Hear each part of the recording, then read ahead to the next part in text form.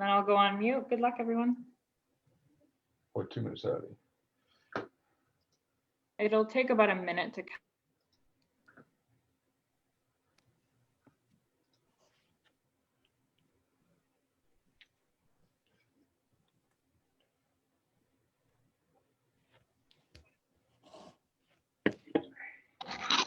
I think we're live. So I'd like to welcome everyone to our PBC speaker series tonight. And as many of you know, September is PBC Awareness Month. And tonight we have two very special guest speakers, Dr. Gideon Hirschfield from the University of Toronto, who will discuss PBC care pathways, and Dr. Aldo Montana-Loza from the University of Alberta, who will discuss advanced disease and liver transplantation. Now, normally we say our thank yous at the end of the presentation, but tonight I'd like to thank both of our speakers for all that they do to support PBC patient education, because learning as much as we can about PBC certainly helps us as we try to live our best lives. So without further ado, I'll turn things over to Dr. Hirschfield now. Thank you, Gail. I'm just going to share my slides, and hopefully this will work. Now, can everyone, hopefully the slides are now full screen. So yes, good evening. It's a pleasure to talk tonight, and it's a pleasure to also see my colleague Aldo all the way from Edmonton, knowing that it's still a bit colder there than it is here. So I'm going to start the evening by talking about PBC care pathways, and I'm going to discuss with you why they're important and try and put them into the context of what we know about the management of PBC. Because although it's a rare disease, that doesn't mean it has to be a disease that doesn't have good treatments for patients. And it's our job to try our very best to make sure patients access therapy. This is not a new disease. And sometimes the images that you see suggest that all the problems that patients had were historic. The disease that you have was actually described first by dermatologists because of the lipid deposition seen around some patients' eyes. And the panel on the left is a redrawing of one of the first descriptions from 1851. The image on the right is a real patient that came to my clinic. And I know that there are other patients like that still around in Ontario, in Alberta, and across the world. So this is a live issue for patients. PBC is still an ongoing challenge. It's still an ongoing disease that needs our attention, adequate treatment, and I hope appropriate education. And it isn't a skin disease. Although it's described by dermatologists, it's a bile duct disease. And hopefully you can see my arrow, because this is a photomicrograph of someone's liver under high power, looking at their bile duct. And I think it's very telling, because the more I look at it, the more it helps me understand what's happening in our patients. There is a necklace of white cells around this little bile duct. But more importantly, there are tiny holes in the bile duct. These are tiny, microscopic, but these are at the root of the problem. That toxic bile that should be going down tiny tubes into bigger tubes into your bowel is leaking out, causing inflammation and scarring. And 1 in 1,000 women over the age of 40 are estimated to live with PBC.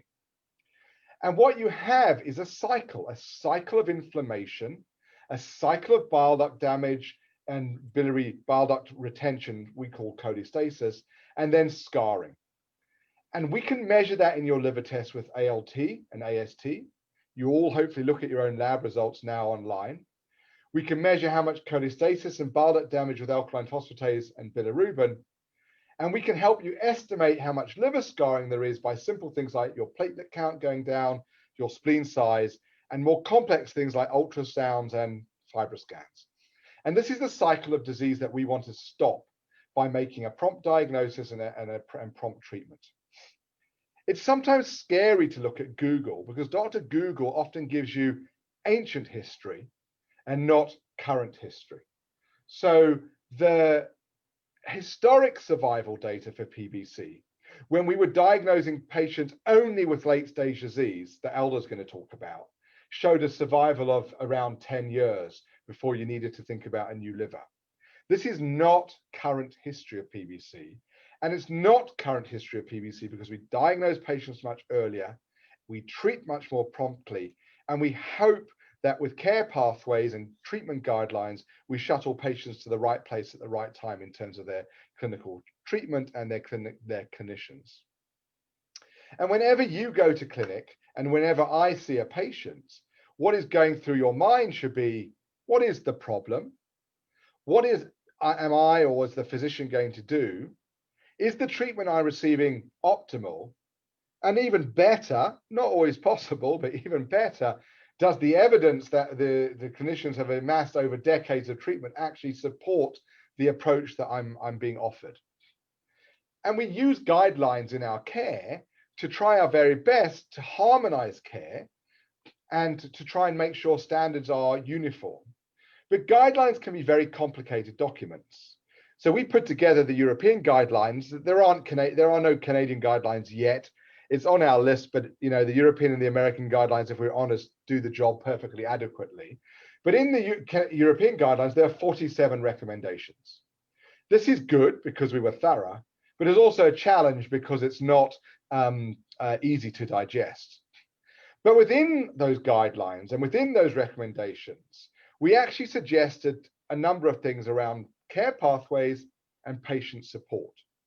We suggested that there should be tools to help keep a high standard of care, and that patients should have the chance to talk to PBC support groups to help them manage their disease. Because we believe that actually, just as excited as we are in new therapies for PBC, equally, we know that we can impact the outcome for our patients with very simple interventions, which don't have to be high tech, but if provided in a uniform manner, actually do raise quality of care. So we worked as a group to come up with an integrated care pathway, and this is just a slide to demonstrate. I'm going to go through this now for you in different stages and different levels of detail. It's not meant to be perfect. It's not meant to be absolutely address everything that a patient has, but it's meant to sort of simplify the 5 stages of treatment from diagnosis, ursotherapy, response to first-line therapy, treatment stratification, are you doing well or not, and the concept of second-line treatments, whichever ones you choose to have. So fundamentally, we need in our care pathway that our patients have a very clear diagnosis. If you do not have a clear diagnosis in medicine, it is quite common to find that your treatment choices are muddled and do not always make sense.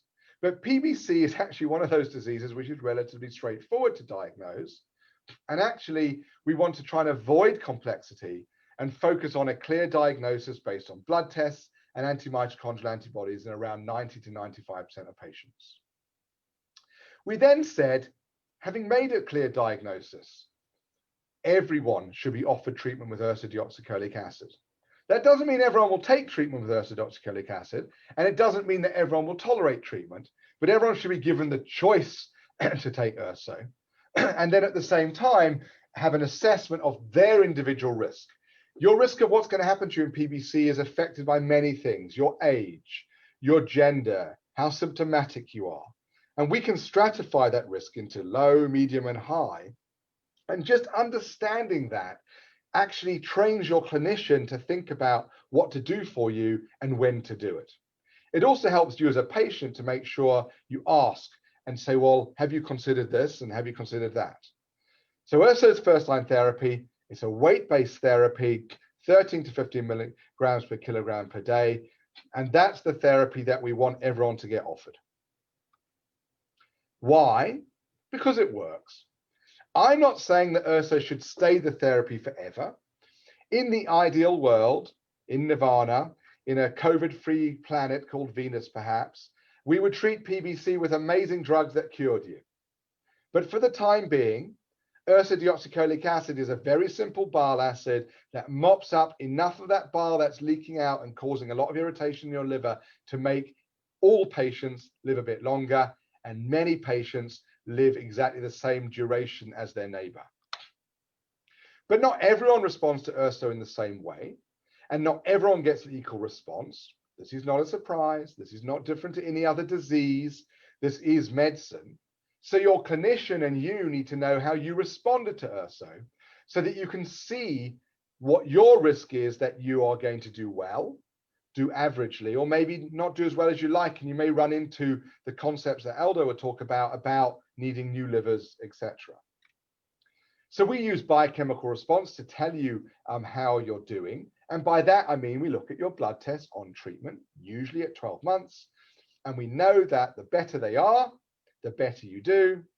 And that we know that, broadly speaking, if your ALK phos doesn't go beneath around 180 to 200, you should probably consider a second-line treatment, for which there is a licensed therapy, there are alternative non-licensed therapies, and there are clinical trials on the horizon.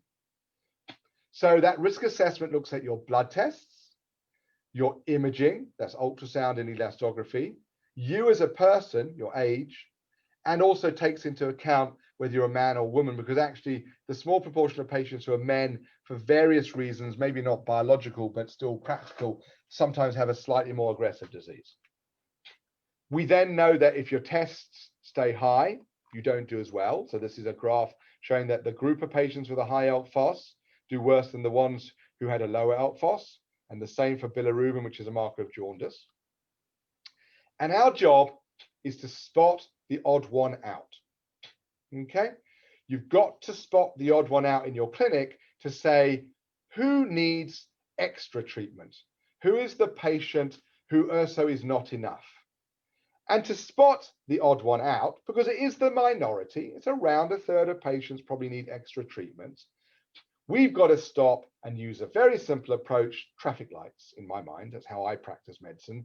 Is it a straight green light? There's nothing to worry about. Is it a straight red light? Talk to Dr. Montana-Loza because this liver needs to be changed. Or is it somewhere in the middle that I can make a big difference for your future chance of things going wrong? And actually, we made this little tool that we're trying to publish. It's proving a little bit tricky to publish, understandably, but it was really not about the details of our research. It was more the concept. Because on the back of an envelope, if I look at your age, your bilirubin and your alkaline phosphatase at either baseline when you're first diagnosed or a year after treatment, I can tell an awful lot about which traffic light you are at. And maybe, again, in the ideal world, anyone who's red or amber should get some kind of consultation, be it remote, electronic, or in person, from a PBC specialty clinic, and not just stay with their community doctor. Now, this is provocative, but it's just to make people think that that's what care pathways are about, picking out the right people to see the right doctors and teams at the right time. Second line treatment is there to change the risk of you developing late stage disease. Licensed therapy is obeticholic acid. Off-label therapy is fibrates, budesonide. Clinical trials are also your right, your choice to help push the field forward and develop new drugs that will then become approved therapies, and which may mean that PBC looks completely different in 10 years' time with ongoing monitoring. The pandemic doesn't help. It makes it harder to live with chronic disease. It's an opportunity to really push remote medicine. We are thinking about what now, how do we keep everything going? How do I protect my non-COVID patients from COVID, really, not from getting COVID, frankly, but from the consequences of everything being shut down, okay? But at the same time, does virtual medicine mean that everyone in British Columbia, in Alberta, could consult with Aldo? There is actually no reason, apart from his time or my time, that I cannot communicate with anyone within my province now. So there are actually opportunities for rare disease to change things. So we're left with a structure to how we treat that fits into a care pathway, treatment initiation.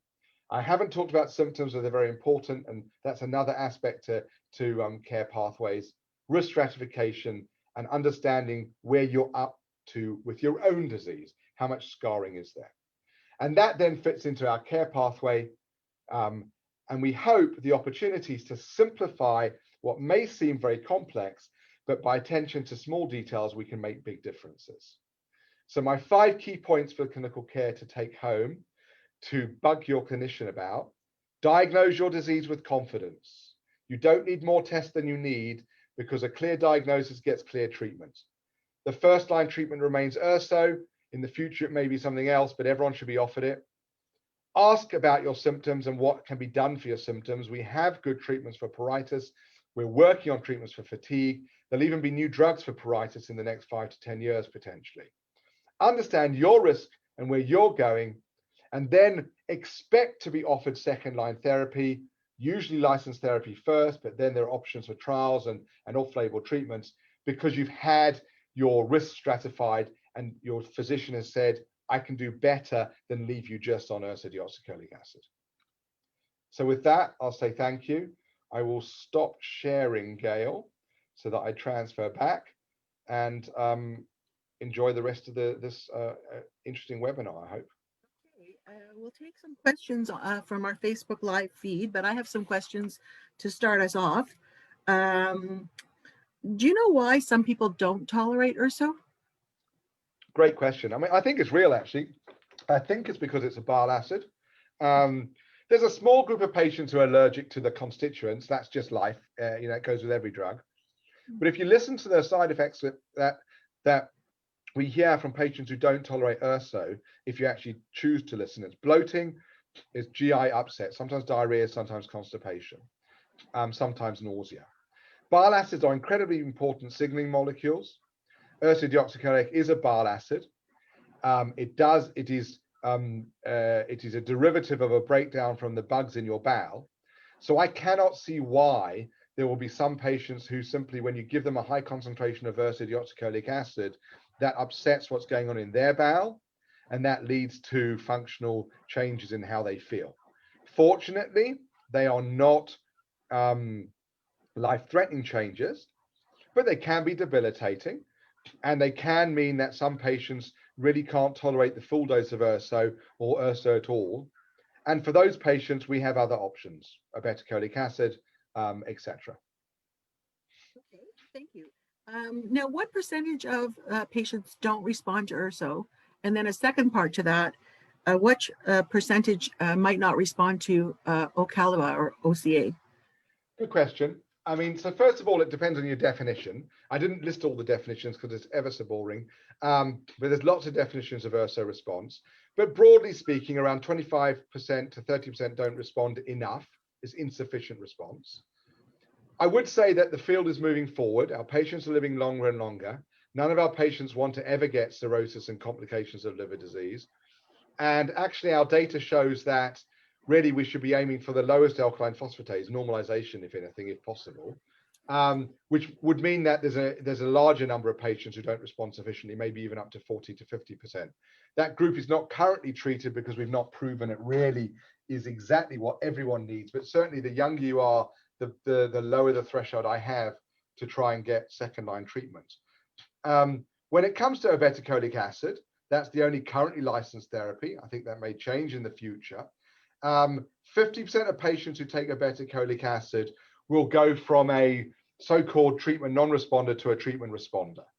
Okay, that means that their ALT phos may have been above 200, and around half of them will drop their ALT phos to just under 200. So what that means is that obeticholic acid was a step in the right direction, that it was a great advance for PBC patients to get licensed therapy, but it also means that we've got room for improvement if our goal is that our patients should have a normal ALT phos. So definitely progress, but not progress enough. Okay, we have a question from Gail Hamilton. Can urso stop working well? Generally speaking, no. Largely, once you take urso, the response that you get is the same response. However, you do occasionally see it in two situations where you seem to lose response to urso. The first situation is starting it, okay, which I'm afraid is not a good idea. You can see that some patients take a holiday from it by mistake, don't understand why they were supposed to take it. Their GP says they don't need it anymore. Other patients don't like it, so stop it. We've seen patients stop it during pregnancy because they've been advised incorrectly. And then when they restart it after pregnancy, it's not the same effect. So that's one scenario. And the other scenario is sometimes we pick up PBC quite early. So nowadays with screening blood tests, you may pick up a patient who, at least in my mind, hasn't finished getting to the point of full PBC for them. So you start the urso and it looks like it's working, but over time, in actual fact, their PBC is still blossoming, so to speak. You picked it up when they were quite young. And that's sometimes when you see that, you do sometimes then see alkaline phosphatase going up despite what should be continued efficacy through a good adherence. Remember that normally if you stop urso, your alk phos just goes back to where you were. Urso has not cured you of PBC. It has manipulated the bile acid signaling and the bile acid cholestasis such that you shunt more toxic bile acids away from causing you damage. But the fundamental autoimmune features of PBC still exist. We did a study that's on our list to publish where we measured very complicated immune markers in the blood, and we looked at patients who responded to urso and patients who didn't respond to urso, and the immune profile is the same whether you're a responder or a non-responder. And that makes sense. That's not how urso works. Okay. Bree asks if there's any Sorry, can you speak up, Gail? Sorry, Bree is asking if there's any other studies for new drugs other than OCA, URSO, and fibrates. So there are lots of studies, I think, either in being presented at liver conferences or coming this way. There are, if I talk about drugs in phase 2 development, which will likely go into phase 3 development, there's a company called Genfit with a drug called elafibranor. That drug is similar to bezafibrate. There's a company called CymaBay with a drug called seladelpar, and that is not really a fibrate, but it's a PPAR delta, so it's a very specific modulator of that pathway, and both of those drugs are actively being developed for PBC. If you look at drugs being developed for itch in PBC, there's a company called GSK that has a drug called linarixibat, which is being studied in patients with pruritus, with itch. So that's just 3 examples, and there's still other examples around the world and of investigator-led studies looking at new treatments both for disease and for symptoms.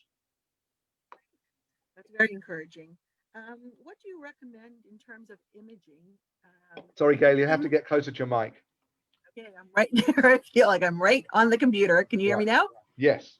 Okay. What do you recommend in terms of imaging and how often?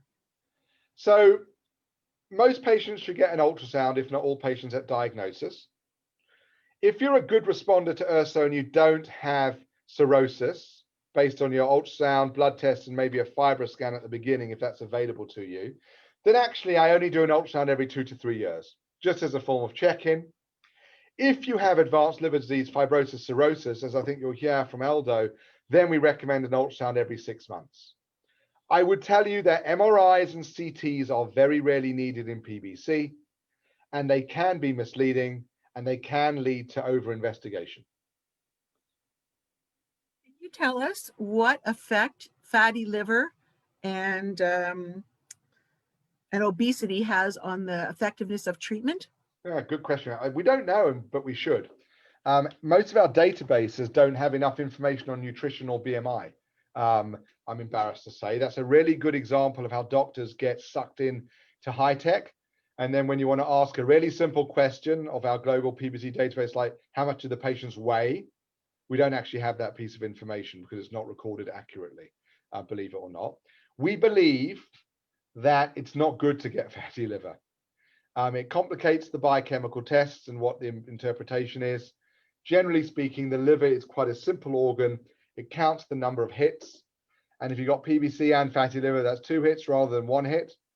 So broadly speaking, we would encourage all our patients to do their very best to focus on, healthy living. Sounds like good advice. Good advice. Is there such a thing as like pre-stage 1 PBC? So the answer is yes. I mean, I don't really like the concept of staging. I think it's an academic thing for academics to talk to each other. I don't find it very helpful in clinical practice. You can, and there is a role for liver biopsy in PBC and in different times and different stages of the disease or in clinical trials for sure. And that's where it can be very helpful. You can be AMA positive, have normal liver tests. And if you do a liver biopsy, you can see absolutely tiny evidence of PBC. So that would be a pre-stage 1. Someone who's got, very, very minor changes. Remember, this disease is patchy. And so one of the challenges is if you do a biopsy in someone with very, very early disease, who's just got a very minor rise in alk phos, you may get a normal liver biopsy, because in fact, there are so many little bile ducts, you don't necessarily pick them all up in a liver biopsy.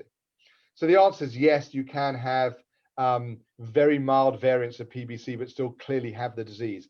And that's why when you're making the diagnosis, we want our clinicians to say, if the person's otherwise well, the ultrasound doesn't show any bile duct obstruction, if the ALK phos is elevated and the AMA positive, they've got PBC, and treat them. Because if you make the mistake of over-investigating at that stage, you may get confused, because you may do a biopsy and say, oh, but where's the PBC? It's because you picked it up too early. And that group of patients does really well on URSO. And in fact, probably gets some of the greatest benefit over their entire lifetime from being treated early. So let me get this straight.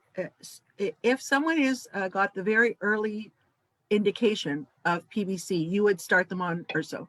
If they've got an elevated alkaline phosphatase, it's not my practice to treat patients with normal liver tests, just because they're at so low risk of any complications that they don't need to take a therapy every day.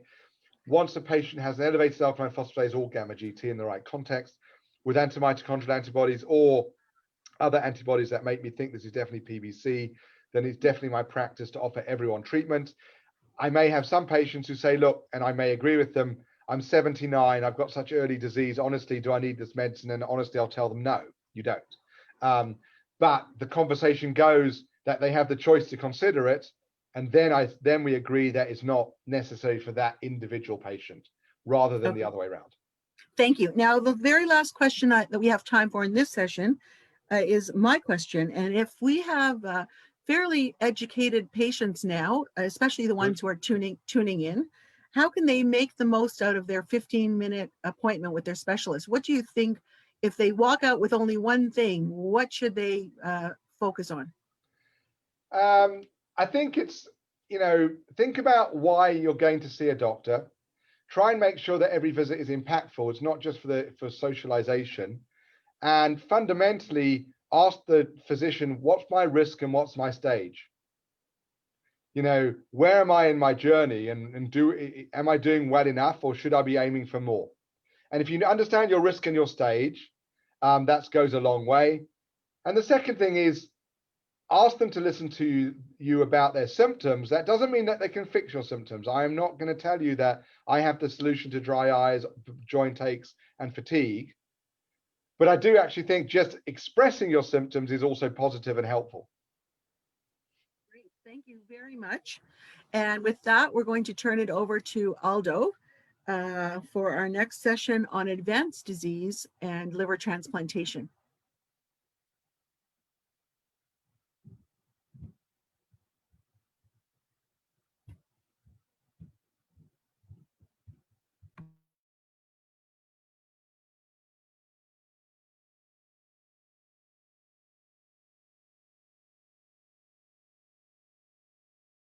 You're muted, Aldo.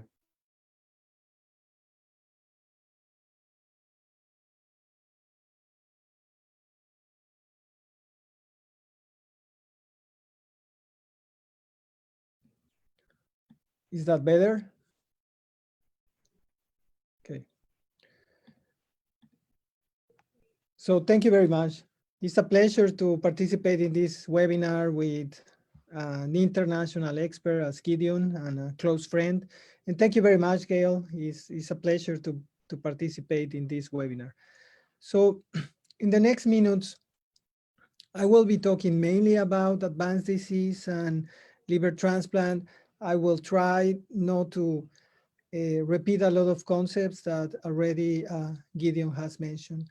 But I think it's important to emphasize that even though it's a rare disease, primary biliary cholangitis is in fact the most frequent autoimmune liver disease that we see in our practice, and that this disease actually can be seen in up to 1 of every 1,000 women over the age of 40.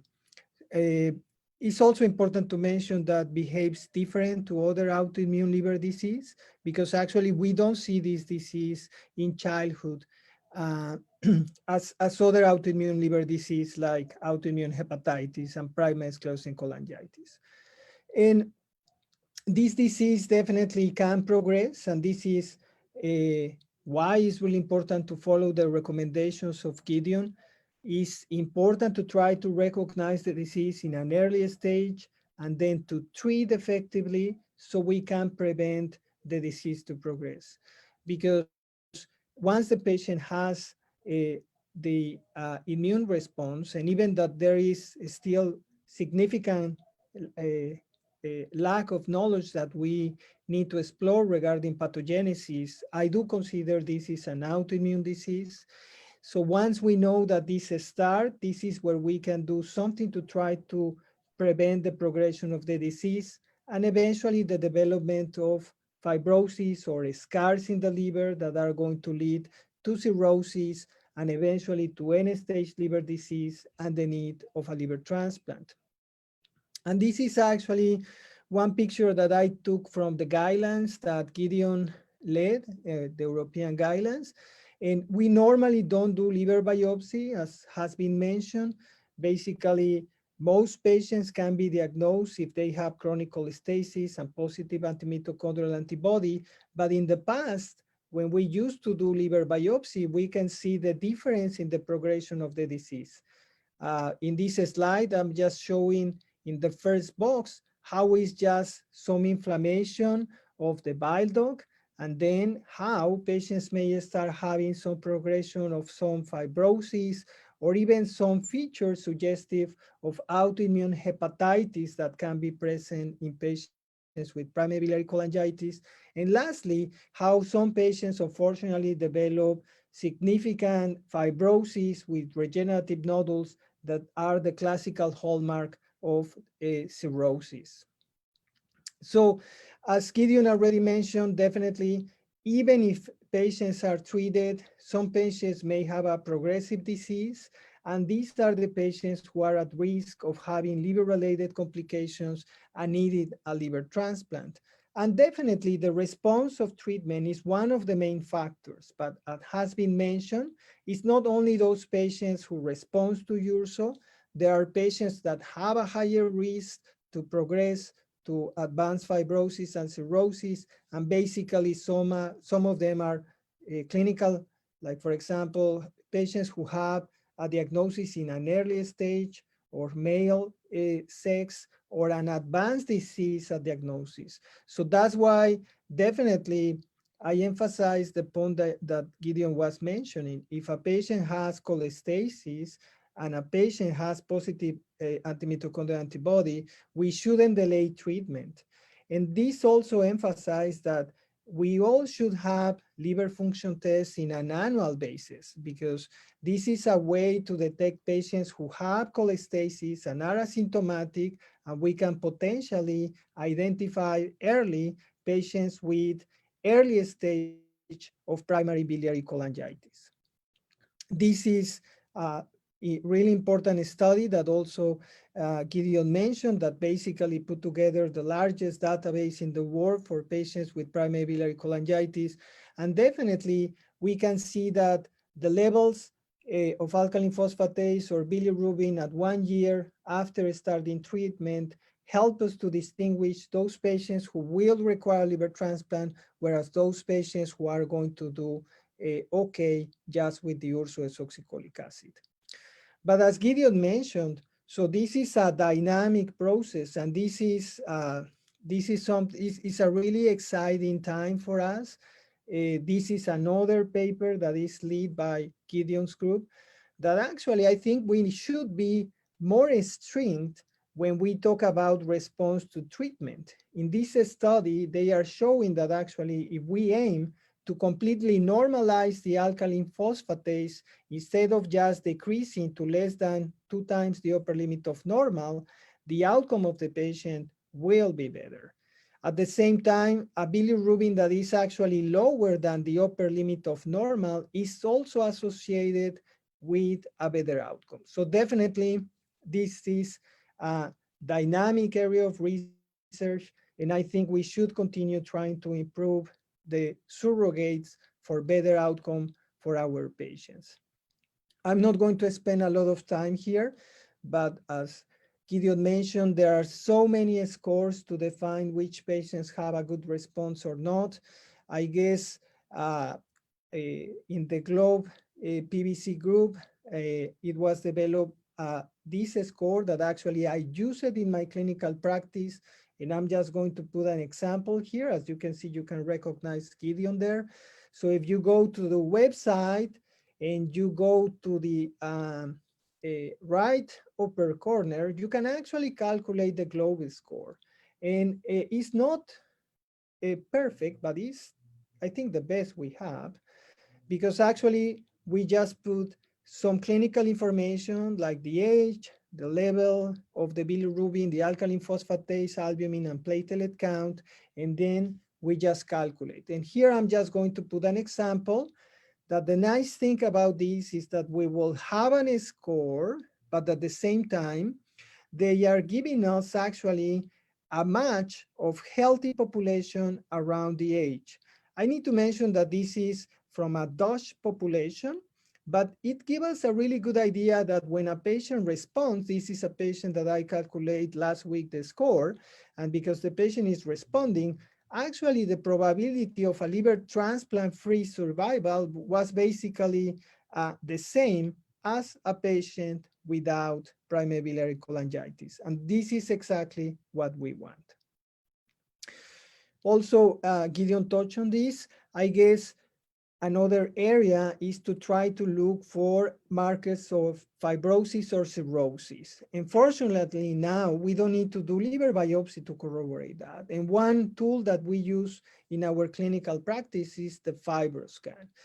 FibroScan is easy to do, and there is evidence mainly from the French group that they show that a specific level of the FibroScan at diagnosis, and in this case is more than 9.6, is associated with a higher risk of requiring a liver transplant or having decompensation in the future. Moreover, if the FibroScan level is increasing as expected, that is also another marker of worse prognosis. So here the question is, we should incorporate this in our clinical practice, but we need to have more evidence to see if there is a subgroup of patients that actually they have biochemical response, but the FibroScan get worse, and what do we do about that? Gideon emphasized that definitely all patients should receive treatment with ursodeoxycholic acid. I want to emphasize that definitely the dose should be 13 to 15 milligrams per kilogram of body weight. But what do we do if they are not responding to ursodeoxycholic acid? I think definitely we have to investigate that we are prescribing the right dose.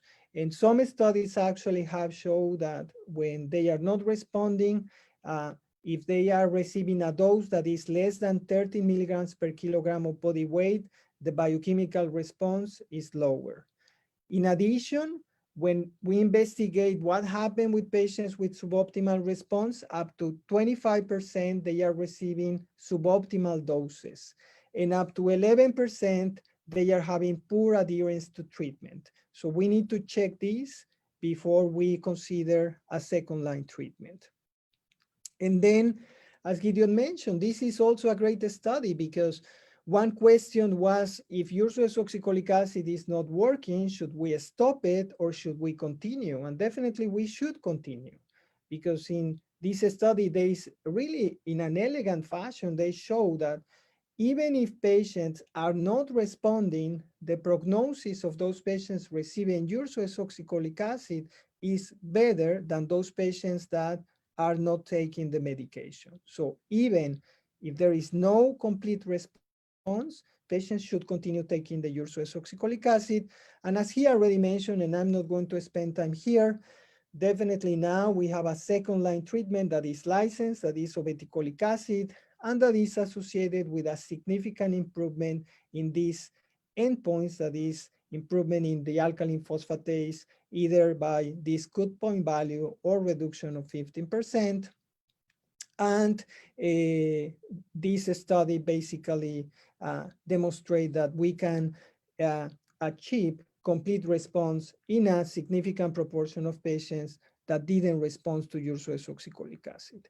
And what is Other options, well, definitely bezafibrate is not licensed, but this is a study from the French group that actually shows similar results to the trial with obeticholic acid using bezafibrate 400 milligrams daily.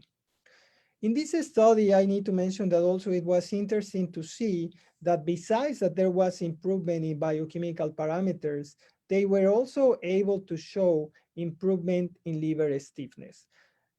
I need to mention that this is not equal to improvement in fibrosis. Maybe the improvement was because of cholestasis, but it was nice to see that this medication has improvement in liver stiffness. And this, I expect that will be the same for obeticholic acid. Actually, this has been shown to be the case for obeticholic acid and other clinical trials for fatty liver.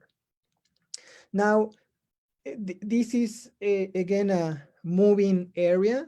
And this is just a small study that I want to present to you. So in this study that was presented in the American Liver Meeting last year, they evaluate patients that actually they didn't respond either to ursodeoxycholic acid or obeticholic acid or ursodeoxycholic acid and fibrates.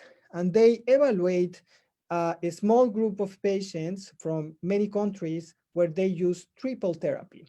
So they had a group of patients that they didn't respond to obeticholic acid as a second-line treatment, and another group that they didn't respond to fibrates as a second-line treatment. And it was really interesting to see that there was a significant decrease in alkaline phosphatase level in the triple therapy compared to the dual treatment. And actually, basically, the probability of normalization of the alkaline phosphatase was significantly higher in the triple therapy compared to the dual treatment. I need to mention that we need to wait because this was just presented as an abstract. So we need to see the full manuscript to see the details. And at the same time, this was not a clinical control trial. This was just a small series of patients that didn't respond to dual therapy, but it's encouraging. So I guess what has been mentioned is that once we have diagnosis, we put everybody on treatment. We discussed that definitely intolerance to ursodeoxycholic acid is there. Fortunately, it's not frequent and the side effects tend to be minimal. But in the case the patient is intolerant, we should consider obeticholic acid as a second-line treatment in these cases. We need to assess response in all patients, and in patients that don't have complete response, we need to add a second-line treatment. But what happened in patients who have any type of chronic liver disease? So if a patient continue having not response, or unfortunately they are diagnosed in a later stage, they will develop compensated cirrhosis. So cirrhosis is when they have a practically significant fibrosis secondary to the chronic liver disease. But also what we try to prevent is that they develop something that is called decompensated cirrhosis. So that means that they develop complications related to portal hypertension that could be bleeding from esophageal varices, accumulation of fluid in the abdomen, hepatic encephalopathy, or other complications. And this is just two cartoons try to explain why all these complications happen in a simplistic manner, but many of these complications are related to the increased pressure of the portal vein in a liver that has significantly changed the architecture because of significant fibrosis. Now, even once patients have cirrhosis, the prognosis could be significantly different between groups. Like, for example, patients who have compensated cirrhosis, they could continue being asymptomatic, and the median survival has been reported to be 12 years. Whereas once patients develop these complications, like ascites or hepatic encephalopathy, or they have a bleeding, then the median survival is 2 years. And that's where definitely liver transplantation should be considered. This is again, a research area that is moving, and now actually are different stages from compensated to decompensated cirrhosis. And I guess this is because there is difference in prognosis according to different stages. But something that is important once a patient has decompensated cirrhosis is that we should try to still treating the disease, trying to prevent more progression, and try to suppress the etiological factors, but at the same time, try to manage the complications. But once patient has decompensated cirrhosis, definitely liver transplantation should be considered. And basically, patients who do not have response to ursodeoxycholic acid, or those patients who are diagnosed in a late stage, are the ones who are going to be evaluated for liver transplant, especially if they have a MELT score, and the MELT score is the score that we use to evaluate the type of liver dysfunction in patients with cirrhosis. And when it's higher than 15 is when definitely liver transplant should be considered. Also, every patient with cirrhosis is at risk of developing liver cancer. And as Gideon mentioned, we all should have a liver ultrasound every 6 months if we have compensated cirrhosis. The probability of developing liver cancer actually is significantly lower than other etiologies of cirrhosis, but the risk is still there. And liver cancer is a cancer that is curable if we detect it in an early stage. So that's why it's really important to do a screening for this complication. It's important to mention that definitely there has been a significant advance in the treatment of primary biliary cholangitis, and we can see that from being the first indication for liver transplant in North America in the 80s, and the third indication for liver transplant in Europe, now has gone down to indication number 6 to 8 because many things. So the diagnosis that we have been getting better making diagnosis of the disease, and we have been getting better in treating the disease. But I think there is still room for improvement, and we should try to decrease the number of patients needing a liver transplant. And what happened after liver transplant? The outcome after liver transplant tends to be good. It's better than other indications for liver transplant, such as transplant because of alcohol liver disease or because of non-alcoholic fatty liver disease. But still, this is an area that we need to improve. Because one of the problems is that the disease may come back after the liver transplant. And this is one study that we did in the global PBC group. And we follow a large cohort of patients who have a liver transplant because of primary biliary cholangitis. And we demonstrate that up to 22% have recurrent disease after 5 years of liver transplant. And if we follow them for up to 20 years, 55% of them, they develop recurrent disease. And what are the risk factors that associate with an increased risk for having recurrent disease? And we find that basically, if a patient is diagnosed with primary biliary cholangitis when they are younger than 50 years, in this case marked in red, they have a higher risk of recurrence. And at the same time, if the liver transplant is performed when they are younger than 60 years. This is an area of controversy yet, but it seems like the type of immunosuppression may also have an impact in the risk of recurrence. But something important is that we should try to prevent recurrence, because recurrence affects graft survival. So in this case, putting a large cohort, we were able to show that having recurrent disease affects graft survival and overall survival. So how do we manage recurrence? We should definitely put everybody on ursodeoxycholic acid, and I'm going to put another slide showing this. And then we should assess response at 6 months of 12 months of treatment.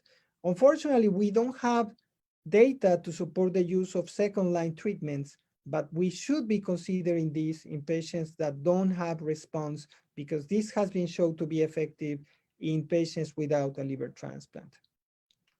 These are one of my last slides. So in this study from the same group, it was shown that using preventive ursodeoxycholic acid, that means putting patients on ursodeoxycholic acid within the first 2 weeks after the liver transplant, is associated with a lower risk of recurrent disease. In this case, patients are marked in blue, but also it was a surprise because it was associated with a better graft survival and overall survival compared to those patients that were not placed in preventive ursodeoxycholic acid.